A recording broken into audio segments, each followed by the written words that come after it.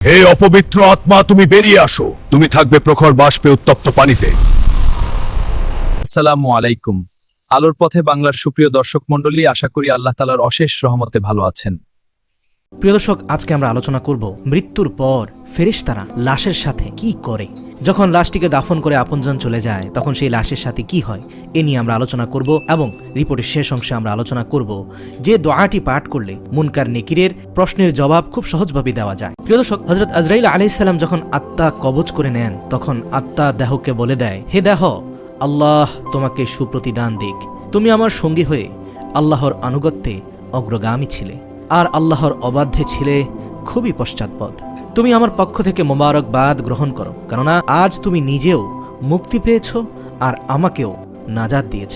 এভাবে দেহ আত্মাকে মোবারকবাদ দেয়।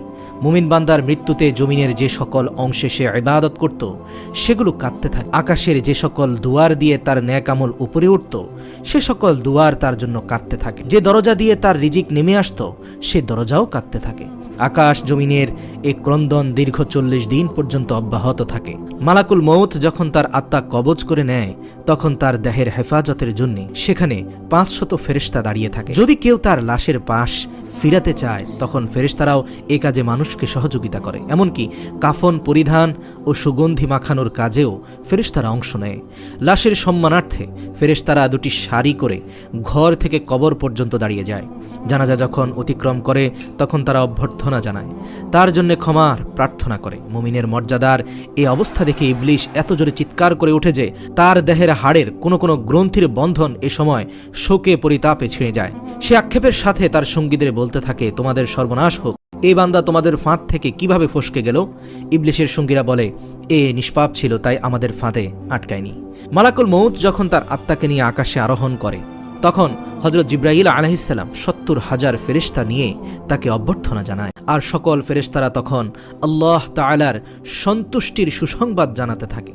মালাকুল মউত যখন আত্মাটিকে নিয়ে আরশের নিকট পৌঁছে যান, তখন সে আল্লাহ তাআলার সামনে সিজদায় পতিত হয়ে যায়।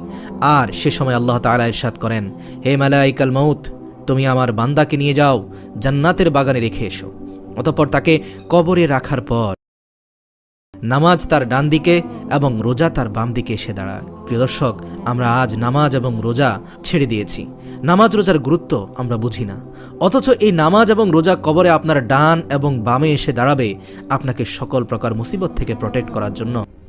আল্লাহর জিকির ও কোরআন তেলাওয়াত এসে দাঁড়িয়ে যায় তার শিয়রের দিকে, পায়ের দিকে দাঁড়িয়ে যায় জামায়াতের সাথে নামাজ পড়ার জন্য মসজিদে গমন, আর তার ধৈর্য কবরের এক কোণায় অবস্থান নেয়। এই সময় আল্লাহ তাআলা কবরের আযাবের একটি অংশ প্রেরণ করেন। আযাবটি এসে কবরের ডান দিক থেকে প্রবেশ করতে চায়, কিন্তু নামাজ তাকে বাধা দিয়ে বলে, আযাব তুমি পিছিয়ে যাও, খোদার কসম এই বান্দাটি সারা জীবন কষ্টে ছিল, কবরে আসার পর তার কিছুটা আরাম মিলেছে। রাসূল সাল্লাল্লাহু আলাইহি ওয়াসাল্লাম ফরমান, আযাব তখন ডান দিক থেকে সরে যায়, বাম দিকে যায়, বাম দিক থেকে সরে যায়, রোজা নামাজের মতো আযাবকে জবাব দিয়ে প্রতিহত করে। আযাব এবার মাথার দিক থেকে আসতে চেষ্টা করলেও একই রকম জবাব আসে। মোট কথা, আযাব যেদিক থেকেই আসতে চায় সেদিক থেকেই তার জন্য প্রতিবন্ধকতা সৃষ্টি হয়। অবশেষে আযাব যখন দেখে আল্লাহর এই নেক বান্দার আমল সব দিক থেকেই তার জন্য প্রতিরক্ষার দেয়াল সৃষ্টি করে রেখেছে, তখন সে ফিরে যায়।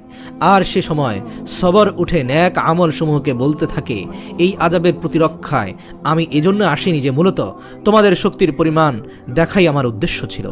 তোমরা যদি তাকে প্রতিহত করতে ব্যর্থ হতে, তাহলে আমি অবশ্যই এসে এই বান্দাকে আযাব থেকে রক্ষা করতাম। তোমরাই যখন যথেষ্ট হয়ে দাঁড়ালে, তাই আমি সবরই করলাম, এজন্য অতিরিক্ত সঞ্চয় হয়ে রয়ে গেলাম।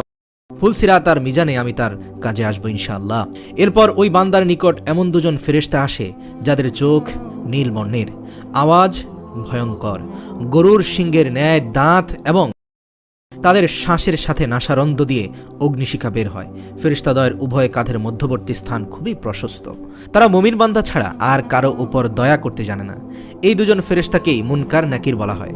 ওদের হাতে একটি হাতুড়ি থাকে। এটি এতই ভারী যে সকল মানব দানব মিলে একত্রিত হলেও তা উত্তোলন করতে সক্ষম হবে না। এই দুজন ফেরেশতা কবরে প্রবেশ করে লাশকে বলে ওঠে, বসো। লাশ তৎক্ষণাৎ উঠে বসে যায় এবং কাফনের কাপড় খুলে পড়ে যায়। ফেরেশতা তখন জিজ্ঞেস করে, তোমার প্রভুকে? তোমার ধর্ম কি? তোমার নবীকে? জবাবে সে বলে, আমার রব হলেন আল্লাহ সুবহানাহু ওয়া তাআলা, যার কোনো অংশীদার নেই। আমি জীবনে আমার প্রভুর সাথে কোনো অংশীদার করিনি। আমার ধর্ম ইসলাম, আর ইসলাম মানে হচ্ছে আত্মসমর্পণ। আমি আমার প্রভুর নিকট আত্মসমর্পণ করেছি। আর আমার নবীর নাম হযরত মুহাম্মদ সাল্লাল্লাহু আলাইহি ওয়াসাল্লাম, যিনি হলেন আমার নবী, তারপর আর কোনো নবীর আগমন হবে না এবং হয়নি। আমি আজীবন আমার নবীর অনুকরণ করেছি। ফেরেশতা জবাব শুনে বললেন, তুমি সত্য বলেছ।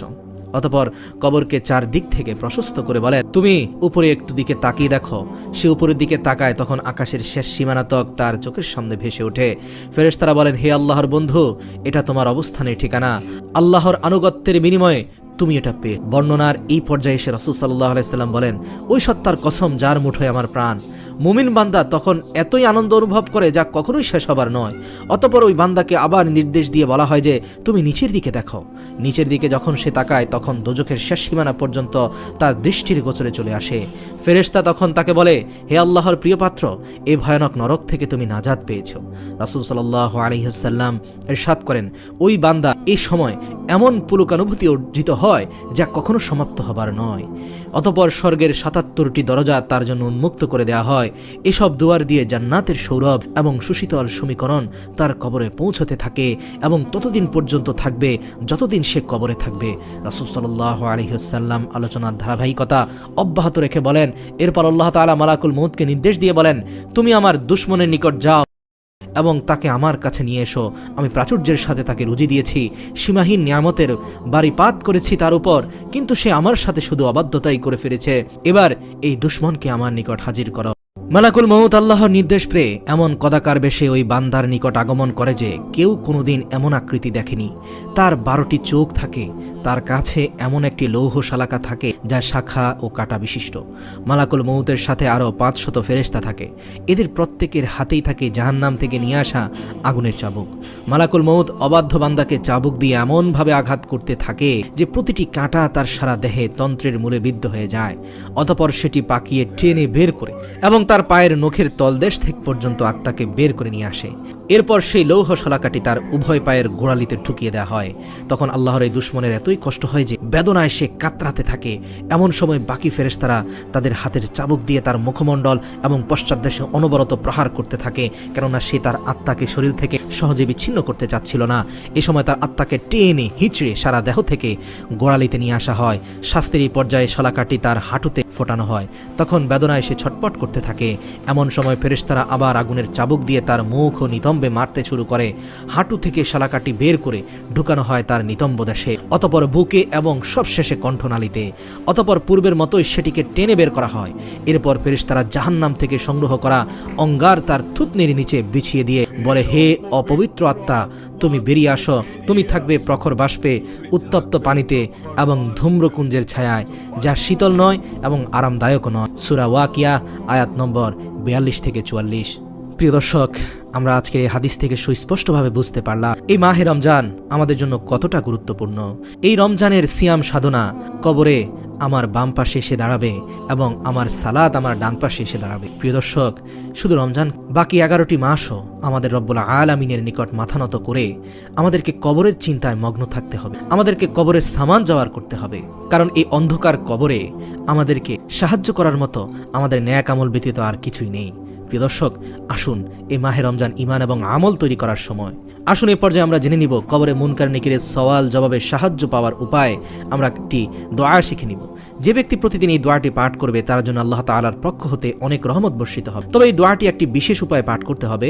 এই দোয়াটি পাঠ করলে 3টি সুবিধা পাওয়া যায়। 1 নম্বর হচ্ছে, দোয়াটি পাঠ করলে আল্লাহ তাআলার পক্ষ থেকে ওই ব্যক্তির রিজিকের পেরেশানি আল্লাহ তাআলা দূর করে দিবেন এবং সকল প্রকার প্রকাশ্য ও গোপন সচ্ছলতা দান করবেন। কবরে মুনকার নেকিরের সওয়াল জবাবে সাহায্য করবেন। সুবহানাল্লাহ। প্রিয় দর্শক, আমরা সকলেই দোয়াটি শিখে নেই। দোয়াটি হচ্ছে, লা ইলাহা ইল্লাহুল মালিকুল হাক্কুল মুবিন, লা ইলাহা ইল্লাহুল মালিকুল হাক্কুল মুবিন।